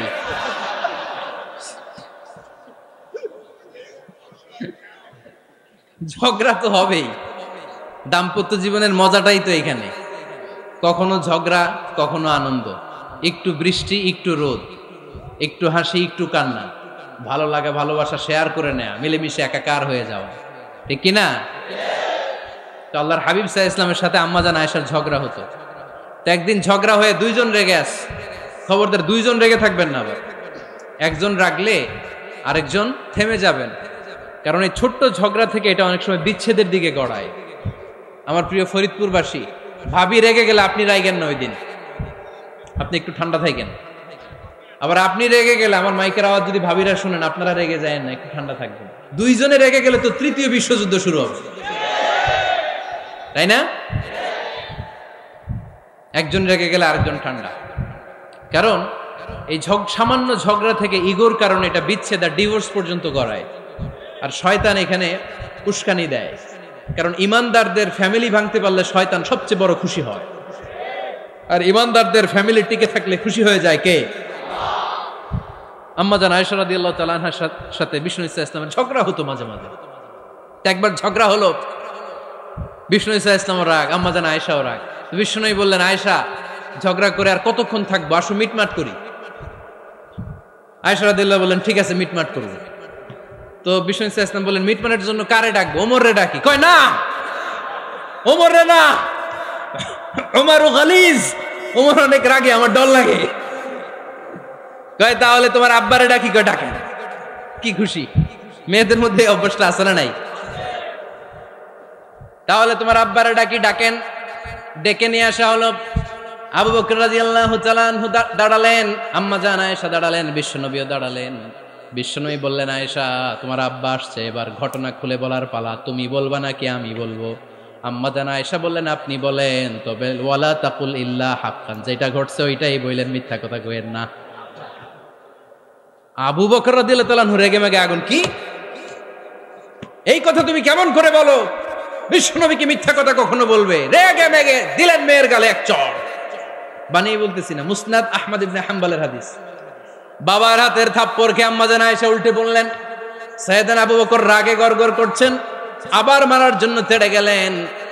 এবার বাঁচার জন্য আম্মা জান আয়েশা বিশ্বনবীর পিছনে যে আশ্রয় নিলেন, বিশ্বনবী বাঁচানোর জন্য দুই হাত মেলে দাঁড়িয়ে গেলেন। পড়েন সুবহানাল্লাহ। বিশ্বনবী যখন দুই হাত মেলে দাঁড়িয়ে গেলেন, সাইয়েদনা আবু বকর রাদিয়াল্লাহু আনহু থেমে গেলেন। সাইয়েদনা আবু বকর রাদিয়াল্লাহু তাআলা আনহু ঘর থেকে বের হয়ে বারান্দায় দাঁড়ালেন। পড়েন সুবহানাল্লাহ। এবার বিশ্বনবী আম্মা জান আয়েশার কাছে যেয়ে বলেন, ইয়া আয়েশা কাইফা রাআইতিনি আনকাসতুকি মিনার রাজুল, দেখছো কেমনে বাঁচাইলাম? আমি না থাকলে ভর্তা বানাই ফেলতো আজকে। আমি বাঁচাইছি তোমারে, আমি আমার লগে ঝগড়া করো তুমি। লজ্জায় পড়ে আম্মা জান আয়েশা খিলখিল করে হেসে দিলেন, বিশ্বনবীও হেসে দিলেন। দুইজনের হাসির মধুর আওয়াজ শুনে সাইয়েদনা আবু বকর বাইরে থেকে অবাক, কিরে এতক্ষণ না ঝড় তুফান, এখন দেখি হাসি। সালাম দিয়ে অনুমতি নিয়ে ভিতরে ঢুকলেন। ঢুকে দেখেন আম্মা জান আয়েশাও হাসে, বিশ্বনবীও হাসে। এ হাসি দেখে আবু বকর রাদিয়াল্লাহু আনহু হেসে দিলেন। আরশের উপর থেকে খুশি হয়ে গেলেন কে? এবার সাইয়েদনা আবু বকর রাদিয়াল্লাহু তাআলা আনহু বললেন, ইয়া রাসূলুল্লাহ আশরিকানি ফি সিলমিকুমা কামা আশরাকতুমানি ফি হারবিকুমা। ও নবী, যুদ্ধ লাগলে, দুইজন যুদ্ধ লাগলে মীমাংসার জন্য যেমনি আমারে ডাকেন, এরকম হাসি আর আনন্দের মুহূর্তেও আমারে একটু ডাইকেন। আশরিকানি ফি সিলমিকুমা কামা আশরাকতুমানি ফি হারবিকুমা। নবী, আপনাদের মধ্যে ঝগড়া লাগলে সন্ধি করার জন্য আমারে যেমনি ডাকেন, আপনাদের হাসি খুশি আনন্দ খুনসুটি এই মজাদার মুহূর্তগুলোতে আমারে বঞ্চিত রাখেন না, আমার একটু ডাইকেন। সুবহানাল্লাহ পড়েন। এই মুসনাদে আহমদ ইবনে হাম্বলের হাদিস শোনার উদ্দেশ্য হচ্ছে, বিশ্বনবী প্রথমে ওমরে ফারুকের নাম বলেছিলেন। সাইয়েদনা আয়েশা বলে, না আমি ডরাই, হাইবাত, দিস ইজ কল্ড হাইবাত ওমর। একবার বিশ্বনবীর সব বিবিরা ধরলেন, ও নবী আমাদেরকে এটা দেন, ওইটা দেন, ঘরে এটা নাই, ওইটা নাই, ওইটা নাই। বিশ্বনবীকে, আমার কাছে কিচ্ছু নাই, যদি এমনি আমার বউ হয়ে থাকতে চাও থাকো, তাহলে তা না হলে যা লাগবে কিনে দেব, সাথে সাথে তালাকও দিয়ে দিব। কিছু দিতে পারবো না, আমার নাই তো, সামর্থ্য নাই। কিন্তু বিবিরাও ছাড়া না, এটা দেন ওইটা দেন। বিশ্বনবী রহমতের নবী, বিবিদেরকে বুঝাতেও পারেন না, বিবিরা আবদার করতেছে, নবী এটা লাগবে ওইটা লাগবে। ইন দ্য মিন টাইম বিশ্বনবী একজনের সালাম শুনতে পেলেন। কে যেন দরজায় দাঁড়িয়ে বলতেছে, আসসালামু আলাইকুম। বিশ্বনবী দরজার দিকে তাকালেন, তাকিয়ে বললেন, ওয়া আলাইকুমুস সালাম। আর বুঝতে পারলেন এটা আমার ওমরের সালাম। সালাম দেওয়ার পরে বিবিদের দিকে তাকায় দেখে একজন বিবিও নাই, সব অন্দরমহলের ভিতরে দৌড়। সুবহানাল্লাহ পড়তে পারলেন না? This is our super hero Omar. এরকম ওমর একটা লাগবে, চিল্লায় বলেন কয়টা? একটা ওমর গোটা বিশ্বকে সোজা করে দিবে। একটা ওমর সবল আর দুর্বলের সব পার্থক্য দূর করে দিবে। মাজলুমের উপর জালিমের অত্যাচারের অবসান ঘটায় দিবে। গোটা বিশ্বটাকে সাম্য, মৈত্রী, ভালোবাসার ইনসাফ দিয়ে পরিপূর্ণ করে দিবে। সেই ওমরের অপেক্ষায় আমরা। নিজের ছেলেকে 80টা বেত মেরেছেন। কয়টা? 80টা বেত মেরেছে। এই ব্যাপারে অনেকগুলো বর্ণনা পাওয়া যায়। সবচেয়ে সহিহ বর্ণনা হচ্ছে মুয়াত্তা ইমাম মালিকের বর্ণনা। ওমর ফারুক রাদিয়াল্লাহু তাআলা আনহুর ছেলে আব্দুর রহমান মারুফুন বিআবি শাহমা ছিলেন মিশরে। ওখানে নাবিজ খেয়েছিলেন। নাবিজ হচ্ছে আরব দেশের লোকেরা দুধের মধ্যে শক্ত খুরমা রাত্রেবেলা ঢেলে দিত। ঢেলে দিলে সারা রাত ওই খুরমার রসটা দুধের সাথে মিশে দুধটা লাল হয়ে যেত। এটারে সকালবেলা খেত, খুব সুস্বাদু, এটাকে বলে নাবিজ। কিন্তু এটা রাতে ভিজাইলে সকালেই খাইতে হয়, রেখে দিলে আবার একটু সমস্যা হয়। এটা অনেকটা তারির মতো হয়ে যায়, মাতলামি চলে আসে। তো ওমরে ফারুকের ছেলে নাবিজ খেয়েছেন, মদ খাননি, নাবিজ। কিন্তু নাবিজ খাওয়াতে সাকরান চলে এসেছে। সাকরান চলে আসাতে এটা যখন প্রমাণিত হয়েছে, আমর ইবনুল আস রাদিয়াল্লাহু তাআলা আনহু নাকি 80 বেত মেরেছেন মিশরে। কয় বেত? নিয়ম হচ্ছে সবার সামনে, কিন্তু সবার সামনে না মেরে একটু গোপনে মেরেছে। এই তথ্য যখন ওমরে ফারুকের কাছে এসেছে, উনি বললেন, না, মারতে হবে সবার সামনে, আলাদা মারলা কেন? ও মদিনায় ফিরে আসলে আমি আবার 80টা মারব। মদিনায় ফিরে আসার পরে সাইয়েদনা ওমরে ফারুক ওই আগের 80টারে আর ধরেন নাই, নিজ হাতে আবার 80টা বেত মেরেছেন। এই বেত মারার 1 মাস পরে এই আবু শাহমা ইন্তেকাল করেছে। অনেক ঐতিহাসিক বলে এই বেতের আঘাতে মরেছে, কেউ কেউ বলেছে নিজের রোগের কারণে মরেছে। কিন্তু দিস ইজ দ্য ইনসাফ সিস্টেম অফ ওমর। নিজের ছেলে বলে ছেড়ে দেয় নাই। এখন নিজের ছেলে হইলে 7 খুন মাফ, নেতার ছেলে হইলে 10 খুন মাফ, এলাকার মোড়লের ছেলে হইলে 10 খুন মাফ। নো পার্সিয়ালিটি ইন ইসলাম। ইসলামে পার্সিয়ালিটি নাই। আপনি নেতার ছেলে হন, আপনি বিজনেস ম্যাগনেটের ছেলে হন, আপনি যেই হন না কেন, ইসলামের দৃষ্টিতে সবাই সমান। চিল্লায় বলেন ঠিক কিনা? বানু মখজুমিয়া গোত্রের এক নারী চুরিতে ধরা পড়ল। সাহাবারা বললেন, নবী, মদিনার সবচেয়ে ভ্যারি প্রেস্টিজিয়াস এন্ড ডিগনিফাইড ফ্যামিলির মেয়ে, আপনি হাত কাইটেন না, কারণ ইসলামের নিয়ম চুরি করলে কি কেটে দাও। বিশ্বনবী বললেন, বলো কি, হাত না কাটার জন্য তোমরা আমাকে রেকমেন্ড করছো? এটা আল্লাহর আইন, পৃথিবীর কেউ রেকমেন্ড করলো শোনার ক্ষমতা আমার নাই, কারণ আইনটা দিয়েছে কে? লাউ কানাত ফাতিমাতু বিনতি মুহাম্মাদিন সারাকাত লাকাতা মুহাম্মাদুন ইয়াদাহা। আরে বনু মাকসুমিয়া মেয়ে তো দূরের কথা, আমার কলিজার টুকরা ফাতেমাও যদি আজ চুরিতে ধরা পড়তো, তার হাত কেটে দিতে আমি 1 মিনিটও দেরি করতাম না। দিস ইজ ইসলাম। এই হচ্ছে ওমরে ফারুকের মানাকিব। এরকম ওমরে ফারুক কয়টা লাগবে? আওয়াজ করে বলতে হবে, কয়টা লাগবে? একটা লাগবে। এই সাইয়েদনা ওমরে ফারুক মদিনার প্রথম চিফ জাস্টিস ছিলেন। সর্বপ্রথম উনার পরামর্শে সাইয়েদনা আবু বকর রাদিয়াল্লাহু তাআলা আনহু কোরআনকে সংকলন করেছেন। আমরা এই যে কোরআন পড়ি 30 পারা, এমদাদিয়া লাইব্রেরির 114টা সূরা, কত সুন্দর সন্নিবেশ করা হয়েছে, এখানে সাজানো হয়েছে। আল্লাহর হাবিব সাল্লাল্লাহু আলাইহি ওয়াসাল্লামের সময় কি এরকম কোরআন ছিল নাকি? ছিল না। খেজুর পাতার মধ্যে, গাছের বাকলের মধ্যে, ওটের বড় হাড্ডির মধ্যে আর পাথরের মধ্যে খোদাই করা কোরআন ছিল। সাইয়েদনা আবু বকরের সময় রাদিয়াল্লাহু তাআলা আনহুর সময় যুদ্ধ হলো, 70 জন হাফেজ সাহাবী ইন্তেকাল করলেন। সাইয়েদনা আবু বকর রাদিয়াল্লাহু তাআলা আনহুকে ডেকে ওমরে ফারুক বললেন, ও আবু বকর, এইভাবে হাফেজে কোরআন সাহাবীরা যদি দুনিয়া থেকে বিদায় হয়ে যায়, আল্লাহর কোরআনও তো বিদায় হয়ে যাবে। আমার পরামর্শ হলো আপনি সব বয়োজ্যেষ্ঠ সাহাবীদেরকে একসাথে করে কোরআনের সব কাগজগুলোকে একসাথে করে একটা নির্ধারিত কপির মধ্যে কোরআনকে সংকলন করে ফেলেন। সাইয়েদনা আবু বকর বললেন, যেটা আমার নবী করে না, এটা আমি কেমনে করি? কিন্তু ওমরে ফারুক নাছরবান্দা বলে না, এটা করলে কোনো খারাপ হবে না, ভালোই হবে। মুসলিম উম্মার জন্য এক জায়গায় কোরআন সন্নিবেশিত থাকবে, আপনি করেন। সাইয়েদনা আবু বকর রাজি হয় না, ওমরে ফারুকও ছাড়ে না। ওমরে ফারুক বলতে বলতে বলতে বলতে এমন ভাবে সাইয়েদনা আবু বকর রাদিয়াল্লাহু তাআলা আনহুকে ধরলেন, সব শেষে সাইয়েদনা আবু বকর ওমরে ফারুকের কথায় কোরআন সংকলনে রাজি হয়ে গেলেন। পড়েন সুবহানাল্লাহ।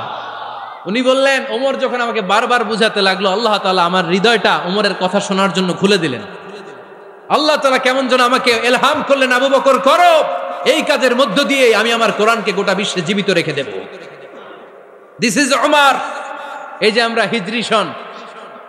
হিজরি সনের যে আমরা গণনা করি, এই হিজরি সনের প্রবর্তক হচ্ছে সাইয়েদনা ওমরে ফারুক। সাইয়েদনা ওমরে ফারুক এই হিজরি সনের গণনা শুরু করেছেন। সাহাবারা বলল, আমিরুল মুমিনিন, খ্রিস্টানদের ঈসাই সন আছে, আমাদের মুসলমানদের কোনো সন নাই। আমাদের একটা সন থাকলে আমাদের জিজিয়া নিতে, আমাদের যাকাতের টাকা উত্তোলন করতে অনেক সুবিধা হবে। ওমর ফারুক বললেন, তাহলে কোন সালকে হিজরি, কোন সালকে মুসলিম সাল হিসেবে আমরা ঘোষণা দিতে পারি? একজন বলল, আমার নবী যেই সালে জন্মগ্রহণ করেছেন ওই সালে। ওমর ফারুক বললেন, না, আমার নবীর জন্ম আমাদের জন্য খুশির দিন, কিন্তু এটা আমাদের জন্য প্রেরণা নয়, প্রেরণা নবীর কাজে, ঠিক কিনা? আরো কিছু সাহাবারা বলল, তাহলে যেই সালে আমার নবী ইন্তেকাল করেছে ওইটারে প্রথম সাল ধরেন। ওমর ফারুক বললেন, না, যেদিন তিনি ইন্তেকাল করেছেন এটা আমাদের দুঃখের দিন, এটা আমাদের প্রেরণা নয়। আমাদের প্রেরণা হচ্ছে বিশ্বনবীর ত্যাগ, তিতিক্ষা আর কাজের মধ্য দিয়ে। জোরে কোন ঠিক কিনা? ওমর ফারুক বললেন, যেদিন বিশ্বনবী ইসলাম রক্ষায় নিজের মাতৃভূমি ছেড়ে মক্কা থেকে মদিনায় গিয়েছেন, ওই দিনটাকে হিজরি প্রথম দিন ধরে আমরা হিজরি সাল গণনা করে শুরু করে দেব। ওইটাই হচ্ছে হিজরি সন। সেখান থেকে হিজরি সনের প্রবর্তন করেছেন সাইয়েদনা ওমর ফারুক রাদিয়াল্লাহু তাআলা আনহু। এই যে স্টেট গভর্নমেন্ট, এই যে প্রিজন, জেলখানা, ক্যান্টনমেন্ট, সচিবালয়, গণভবন, বঙ্গভবন, মুক্তিযোদ্ধাদের ভাতা, রাষ্ট্রীয় ভাতা, এই সব নিয়ম কানুন সাইয়েদনা ওমর ফারুক তার রাষ্ট্রীয় আমলে তিনি নিজে করেছেন। চিল্লায় পড়েন আল্লাহু আকবার। মুসলমানদের আলাদা কারেন্সি, নিজস্ব মুদ্রা ব্যবস্থা নিজে চালু করেছেন। সৈনিকদের মধ্যে যারা বিবাহিত, প্রতি 6 মাস অন্তর অন্তর 1 মাসের ছুটি কাটাতে তারা ফিরে আসবে, সাইয়েদনা ওমর ফারুক চালু করেছেন। চিল্লায় আওয়াজ করে পড়েন আল্লাহু আকবার। এই যে আমরা 20 রাকাত সালাতুত তারাবি পড়ি রমাদানে, পড়েন না আপনারা? এটা সাইয়েদনা ওমর ফারুক চালু করেছে। সুবহানাল্লাহ পড়তে পারলেন না? কোরআনে মোট 22টা আয়াত আছে যেখানে সাহাবারা ইনডিসিশনে ভুগছিলেন। বিশ্বনবীর মত একটা, ওমর ফারুকের মত আর একটা। এই 22 জায়গায় আল্লাহ তাআলা বিশ্বনবীর মতের পক্ষে আয়াত নাজিল না করে ওমরে ফারুকের মতের পক্ষে করোনার আয়াত নাজিল করেছেন। আওয়াজ করে পড়েন আল্লাহু আকবার। এদিকে উঠলেন কেন আপনারা? যারা উঠছেন আমার দিকে তাকান।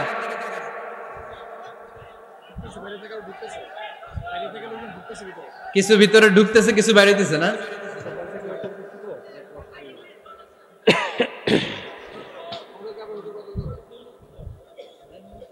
সাইয়েদনা ওমর ফারুক, আমরা সাহাবীদের জীবন চরিত পড়তে চাই না? কত যে অনুপ্রেরণামূলক দৃষ্টান্ত সাইয়েদনা ওমর ফারুক আমাদের জন্য রেখে গিয়েছেন। ওমর ফারুক যখন খলিফা, দিনের বেলায় যদি রাষ্ট্রে কোনো নিয়ম জারি করতেন, দিনের বেলায় জনগণকে কোনো বিষয়ে যদি নিষেধ করতেন, রাত্রে বেলায় খাওয়ার সময় ফ্যামিলি মেম্বারদের সবাইকে বলতেন, এই দিনের বেলা আমি জনগণকে এই কাজ করতে নিষেধ করেছি, তোমরা আমার ফ্যামিলি মেম্বার, খবরদার তোমরা এই কাজ করো না। জনগণ করলে যতটুকু শাস্তি, তোরা করলে পাবি ডবল শাস্তি। সুবহানাল্লাহ কইবেন না? আমাদের নেতারা ওই বাড়ির বিচার করে, ওই বাড়ির মাইয়ার বিচার, ওই বাড়ির পোলার বিচার, নিজের পোলা গাঞ্জা টানে আছে না নাই? নিজের মেয়ে অপরাধ করে আছে না নাই? কি নেতা ছিলেন ওমর ফারুক! আগে নিজের ঘর সামলিয়েছেন, আগে নিজেকে সামলিয়েছেন, নিজের ঘর ঠিক করেছেন। বলেছেন জনগণ করলে যত বেদ, তোরা করলে double Veda. This is call leader, ঠিক কিনা? এক বাবা এসে বললেন, ওমর ফারুক আমার ছেলে কথা শোনে না, বেয়াদব। ওমর ফারুক ছেলেরা ডাকলেন, বাবা তুমি তোমার আব্বাজানের কথা শোনো না, এটা তো কবিরা গুনাহ। ছেলে বলে, ওমর ফারুক সব দায় দায়িত্ব আল্লাহ ছেলে মেয়েদেরকে দিয়েছে, বাবা মাকে কোনো দায়িত্ব দেয় নাই। ওমর ফারুক বললেন, অবশ্যই দায়িত্ব দিয়েছে। তাহলে বলেন আমার বাবার দায়িত্ব কি? উনি বললেন, প্রাইমারিলি প্রথমত 3 দায়িত্ব। আইয়ানতাকিয়া উম্মাহ, পৃথিবীর প্রতিটি বাবার উচিত ছেলেদের মেয়েদের জন্য ভালো মায়ের ব্যবস্থা করা। 2 নম্বরে আইয়ুহসিনা ইসমা, সুন্দর তার একটা নাম রেখে দেয়া। 3 নাম্বার ইউআল্লিমাহুল কিতাব, তার আল্লাহর কিতাব শিক্ষা দেওয়া। এবার ছেলেকে আমার আব্বা 3টার একটাও করে নাই। এবার ওমর ফারুক রেগে গেলেন, বাবার কাঁধে ধরলেন, বললেন তুই ছেলের জন্য বিচার নিয়ে আসলি, তোর 3টা দায়িত্বের একটাও তুই পালন করিস নাই। ছেলে বলে, আমিরুল মুমিনিন আমার মা নর্তকী, আমার মা মাজুসি, আমার মায়ের মধ্যে কোনো আদব কাদব নাই, সুন্দরী দেখে আমার মা রে বাবা বিয়ে করছে, আমার মায়ের কাছ থেকে জীবনে কিছু শিখি নাই।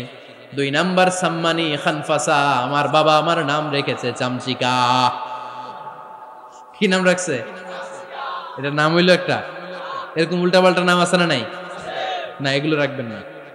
আব্দুল্লাহ রাখবেন, আব্দুর রহমান রাখবেন, আর একটা কি বলছি আজকে?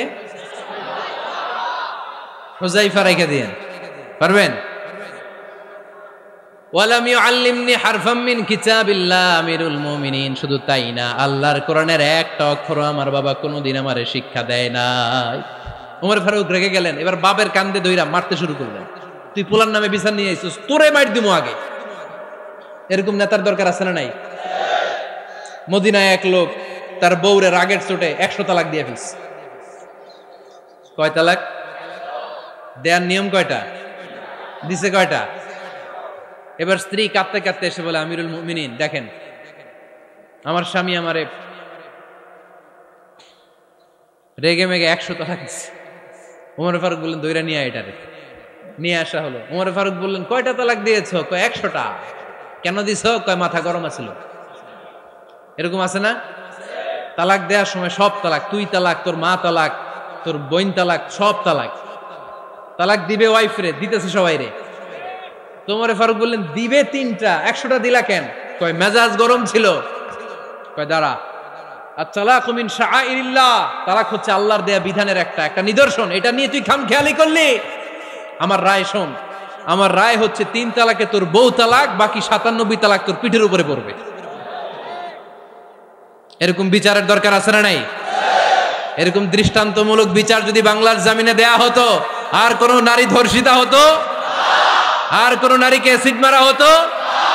আর কোন নারী যৌতুকের জন্য কান্না করত? একটা আমল লাগবে, বেশি না। মক্কা, মদিনা, এই 7 জায়গায় 7 জন গভর্নর পাঠিয়েছেন, তাদের থেকে তথ্য নিতেন। এই গভর্নর সিস্টেম উনি বানিয়েছেন। সাইয়েদনা আমর ইবনে আল-আস রাদিয়াল্লাহু তাআলা আনহুকে পাঠিয়েছেন মিশরে। মিশরে একটা দৌড় প্রতিযোগিতা হতো। মিশরি বলে, আমার মাল্লা কেন? তুমি খেলায় পারো না, আমারে মাল্লা কেন? কয় আনা ইবনুল আকরামিন, আমি গভর্নরের পোলা। আমি যা বলবো এটাই হবে, আমার উপরে কথা নাই। মিশরি ওইখানে আর ঝগড়া বাঁধায় নাই, মনে দুঃখ নিয়ে মদিনায় চলে আসলেন। এসে বললেন, আমিরুল মুমিনিন, আপনি আমর ইবনুল আস রাদিয়াল্লাহু তাআলা আনহুকে মিশরের গভর্নর বানিয়ে পাঠিয়েছেন। একটা প্রতিযোগিতায় আমি চ্যাম্পিয়ন হয়েছি, ওনার ছেলে হয়েছে রানার আপ। কেন সে চ্যাম্পিয়ন হতে পারে নাই? এই কারণে আমার মাথায় লাঠি দিয়ে 3টা বাড়ি মেরেছে। বিচারটা দিছে কার দরবারে? কথা বুঝেন নাই বোধহয়? ওমর ফারুকের দরবার। ওমর ফারুক বললেন, তাই আগামী বছরের অমুক তারিখ আমি সব গভর্নরদেরকে ডেকে হিসাব নিতে, ওই দিন তুই থাকবি, পারবি না? মিশনে বলে পারবো, মানে অবশ্যই পারবো। ওই দিন 7 রাজ্য থেকে 7 গভর্নর হাজির, গভর্নরদের ছেলেরাও হাজির, মিশরীয় হাজির। 7 গভর্নরের কাছ থেকে 7 এলাকার খোঁজ খবর নেয়ার পরে ওমরে ফারুক বললেন, আইনাল মিসরি, মিশরি লোকটা কই, এদিকে আয়। মিশরি সামনে আসার পরে বলল, আমর ইবনুল আস, তুমি মিশরের গভর্নর, তোমার ছেলে সহ তুমি আসো। আমর ইবনুল আস এসে সামনে বসে রইলেন। এবার বললেন, ও আমর ইবনুল আসের ছেলে, তুমি নাকি ইবনুল আকরামিন গভর্নরের ছেলে, তুমি যা বলবা মিশরে নাকি তাই হবে, তোমার নাকি অনেক দাপট। নিজে একটা লাঠি এনে মিশরীর হাতে দিয়ে বলল, এবার তোর মাথায় যতটা মারছে তুই ততটা গুনে গুনে মার, আমি দেখবো। আমর ইবনুল আস দেখবে, আমর ইবনুল আসের ছেলেরে তুই এখানে মার। সে বলতেছে, থাক, আপনি বলছেন এতেই যথেষ্ট, মারা লাগবে না, আমি মাফ করে দিলাম। ওমরে ফারুক বলল, খবরদার, মার, মার ওর মাথার মধ্যে। মিশরি ওমরে ফারুকের ধমক শুনে ভয়ে ভয়ে 3টা বাড়ি মারল। এই বাড়ি মারা দেখেও ওমরে ফারুকের হৃদয় ঠান্ডা হয় নাই। লজ্জায় আমর ইবনুল আস, বয়স হয়ে গিয়েছে সাহাবা, মাথা তখন টাক, মাথায় চুল নাই, লজ্জায় মাথাটা হেট হয়ে মাথাটা নিচু করে রেখেছে। এবার রাগের চোটে ওমরে ফারুক বললেন, এবার আমর ইবনুল আসের টাক মাথার মধ্যে একটা মার, মার। কেন ছেলেকে শিক্ষা দিতে পারে নাই? ইয়া আমর ইবনুল আস, মাতা জাআলতুমুন নাস আবিদা, জনগণ তাদেরকে দেখভাল করার জন্য তোমাদেরকে পাঠানো হয়েছে, তাদের উপর কোনো অত্যাচার করার জন্য নয়। চিল্লায় বলেন ঠিক কি না? এরকম নেতা কয়টা লাগবে? কয়টা? ওই নেতার নাম কি? ওমর। হা হুয়া ইয়াতি ওমর। 22 জায়গায় বিশ্বনবী কয় একটা, ওমরে ফারুক বলে আর একটা। আল্লাহ বলে, বিশ্বনবী আপনার পক্ষে আমি আয়াত নাজিল করতে পারলাম না, আমি ওমরের পক্ষে নাজিল করে দিলাম। বিশ্বনবী বলতেন, ইন্নালি কুল্লি উম্মাতিন মুহাদ্দাস, সব উম্মতের মধ্যে, সব নবীর উম্মতের মধ্য থেকে একজন করে আল্লাহ তাকে মুহাদ্দিস বানাতো। মুহাদ্দিস না, মুহাদ্দাস। মুহাদ্দাস মানে এমন লোক যিনি যা ভাবতো ওই ভাবনাটাই আল্লাহ আয়াত হিসেবে নাজিল করে দিতেন। বিশ্বনবী বলেন, আমার উম্মতের মধ্যে মুহাদ্দাস হচ্ছে সাইয়েদনা ওমর। মদিনার সবচেয়ে বড় মুনাফিকের নাম আব্দুল্লাহ ইবনে উবাই ইবনে সালুল, সব মুনাফিকদের সরদার। কিন্তু এই মুনাফিকের ছেলেটা হলো পাক্কা ইমানদার। এই ছেলের নাম হলো আব্দুল্লাহ। আওয়াজ করে বলেন, ছেলের নাম কি? আব্দুল্লাহ ইবনে উবাই ইবনে সালুল, মুনাফিক সরদার যখন ইন্তেকাল করলো, সাইয়েদনা আব্দুল্লাহ রাদিয়াল্লাহু তাআলা আনহু বিশ্বনবীর কাছে এসে চোখের পানি ছেড়ে ডেকে বলে, নবী আপনিও জানেন, আমিও জানি, মদিনার সবাই জানে আমার আব্বা মুনাফিকদের সরদার, কিন্তু আমার মন তো মানে না, আমার তো পিতা, আমার তো বাবা লাগে, আমার তো মন মানে না। আপনিও জানেন মুনাফিক, আমিও জানি মুনাফিক। নবী আপনার দরবারে কিছু আমি চাই না, আপনার গায়ের একটা জামা দেন, আপনার জামাটা পরিয়ে আমার বাবারে দাফন দিব। এর উসিলায় যদি আমার আব্বারে আল্লাহ মাফ করে দেয়, দয়ার নবী মায়ের নবী জামা খুলে দিয়ে দিলেন। পড়েন সুবহানাল্লাহ।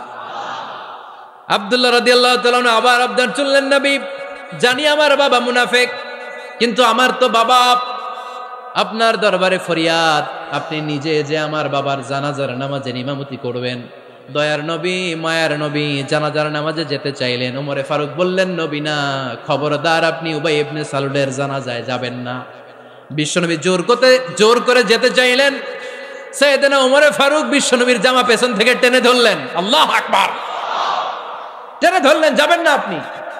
ওমরে ফারুকের হাত থেকে হ্যাচকা টান মেরে জুব্বা টান দিয়ে বিশ্বনবী জানাজায় চলে গেলেন। রব্বুল আলামিন আয়াত নাজিল করলেন, ইস্তাগফির লাহুম আও লা তাস্তাগফির লাহুম ওয়া ইন তাস্তাগফির লাহুম 70 মাররাতান ফালান ইয়াগফিরাল্লাহু লাহুম। নবী গো, একবার নয়, দুইবার নয়, 70 বারও যদি এই মুনাফিকের জন্য আপনি ক্ষমা চান, তার জন্য ক্ষমা নাই, তার জন্য আছে জাহান্নাম। ওয়ালা তাকুম, আপনি যাবেন না আলা কবরি, কখনো তাদের জানাজায় যাবেন না। এই যে একটা ভুল করে ফেলছেন, এটা এইবারই শেষ, এরপরে আর যাবেন না। সাইয়েদনা ওমর ফারুকের পক্ষে আল্লাহ তাআলা কোরআনের আয়াত নাজিল করে দিলেন, চিল্লায় পড়েন আল্লাহু আকবার। এভাবে 22টা জায়গায় ওমর ফারুক যা বলেছে এটা নিয়ে একটা আলাদা আলোচনা হইতে হবে, আলাদা একটা আলোচনা লাগবে যে 22টা আয়াতে আল্লাহ তাআলা বিশ্বনবীর পক্ষে কোরআনের আয়াত নাজিল না করে সাইয়েদনা ওমর ফারুকের পক্ষে আয়াত নাজিল করেছেন, চিল্লায় পড়েন সুবহানাল্লাহ। ওই ওমর ফারুককে আমাদের মডেল বানানোর দরকার আছে না নাই? ওই ওমর ফারুকের জীবনী আমাদের ছেলে মেয়েদেরকে পড়ানোর দরকার আছে না নাই? আমাদের ভবিষ্যৎ প্রজন্ম এগুলো জানে না। ওরা সালমান খান দেখে বড় হয়, ওরা শাহরুখ খান দেখে বড় হয়, ওরা ঋত্বিক রোশনকে দেখে বড় হয়, ওরা মনে করে যে এরাই বড় সুপার হিরো। আমাদের যে কত বড় সুপার হিরো আছে এরা জানেই না। নতুন প্রজন্মের কর্ণকহুরে সাইয়েদনা ওমর ফারুকের ইতিহাস পৌঁছে দেওয়ার দরকার আছে না নাই? ওমর ফারুকের ইন্তেকালের ঘটনাটা বলেই আমরা মোনাজাতের দিকে যাব। শুনবেন? শুনতে চান? উনি স্বপ্নে দেখলেন একটা লাল মোরগ ওনাকে 3টা ঠোকর মেরেছে। কয়টা? উনি জুমার নামাজে, জিলহজ মাসের শেষ সপ্তাহে জুমার নামাজে বললেন যে একটা লাল মোরগ 3টা ঠোকর মেরেছে। মুগীরা ইবনে শুবা রাদিয়াল্লাহু তাআলা আনহুর দাস আবু লুলু আল মাজুসি, এই লোকটা খঞ্জর বানাতে পারত। মুগীরা রাদিয়াল্লাহু তাআলা আনহুর দাস। মুগীরা প্রতিদিন 4 দিরহাম করে চার্জ করত, যেহেতু দাস। সে এসে বিচার দিল, আমিরুল মুমিনিন, মুগীরা আমার থেকে বেশি টাকা চায়, জুলুম করে। ওমর ফারুক বললেন, তাই? তুমি কি কাজ জানো? বলে, আমি খঞ্জর বানাতে জানি। বাড়ি কই? পারস্য। আরে তুমি খঞ্জর বানাতে জানলে তো 4 দিরহাম অনেক কম, সে তো আরো বেশি টাকা নেওয়া দরকার ছিল তোমার থেকে। আবু লুলুর এই কথা পছন্দ হয় নাই। সে কয়, ওমর তুমি সবারে দয়া দেখাও আর আমার ক্ষেত্রে কঠিন নিয়ম বানাইলা, দাঁড়াও এই নিয়ম তোমারে আমি দেখাবো। এই রাগে সে বাড়িতে যে একটা খঞ্জর বানালো। কি বানালো? খঞ্জর চিনেন? ছোট্ট ছুরি। কিছুদিন আগে ওমানের সুলতান কাবুস ইন্তেকাল করেছে, জানেন আপনারা? ওনার এই কোমরের মধ্যে খঞ্জর থাকতো, ছবিতে দেখছেন? আরব শায়েখ যারা সুলতান আমির, কোমরে কি থাকে? ছোরা থাকে, খঞ্জর। সে বাসায় যে একটা খঞ্জর বানালো, যেই খঞ্জরের 2 মাথা, লাহু রাসান ওয়া মাকবাদাতুহু ফি ওয়াসাতি, আর ধরার হ্যান্ডেলটা মাঝখানে, এদিকেও ছুরি এদিকেও ছুরি, যাতে এইভাবে এইভাবে মারা যায়। সে ধার দিতে লাগলো আর বলল, ওমর দাঁড়াও তোমারে আমি দেখাবো। ওমর ফারুক মসজিদে নববীর ইমাম, ফজরের নামাজের সময় এ আবু লুলু আল মাজুসি বুরনুস পরে, চাদর পরে, লুকিয়ে লুকিয়ে, সে অগ্নি উপাসক, মুমিন নয়। ওমর ফারুককে অ্যাটাক করার জন্য গেলেন মসজিদে নববীতে। ওয়াকানু ইউসাল্লুনা বিগালাস, তখন ওনারা অন্ধকারে নামাজ পড়তেন। নামাজের সময় যখন হলো, লুকিয়ে লুকিয়ে প্রথম কাতারে ওমর ফারুকের পিছনে মুয়াজ্জিনের পাশেই দাঁড়ালো, হাতে খঞ্জর। একামত হলো, ওমর ফারুক সালাত শুরু করলেন, ফজরের সালাত, আল্লাহু আকবার। নামাজ শুরু করলেন, সূরা ফাতিহা বললেন। আরেকটা সূরা যখন পড়তে যাবেন, in the mean time Abu Lulu এই খঞ্জর নিয়ে ওমর ফারুকের বুকের মধ্যে 3টা স্টেবিং করলেন। একটা মারলেন নাভির নিচে, মারার সাথে সাথে পাকস্থলী কেটে গেল। আরেকটা মারলেন পাজরে, পাজর ছিঁড়ে গেল। 3টা মারার পরে ওমর ফারুক বললেন, কাতালানি আল কালব, এক কুকুর আমাকে মেরে ফেলেছে। পেছন থেকে এক সাহাবীকে টান মেরে সামনের দিকে নিয়ে গেলেন, তুমি নামাজের ইমামতি করাও। আর ওমর ফারুককে বাকিরা ধরাধরি করে পেছনে নিতে আরম্ভ করলেন। আর এই আত্মাই আক্রমণ যে করেছে, সে কাতারের মাঝখান দিয়ে যেতে আরম্ভ করলো আর 2 দিকে ছুরি মারতে আরম্ভ করলো। 13 জন সাহাবীর গায়ে ছুরি মেরেছে, 7 জন সাহাবা স্পট ডেথ, জায়গায় মৃত্যু।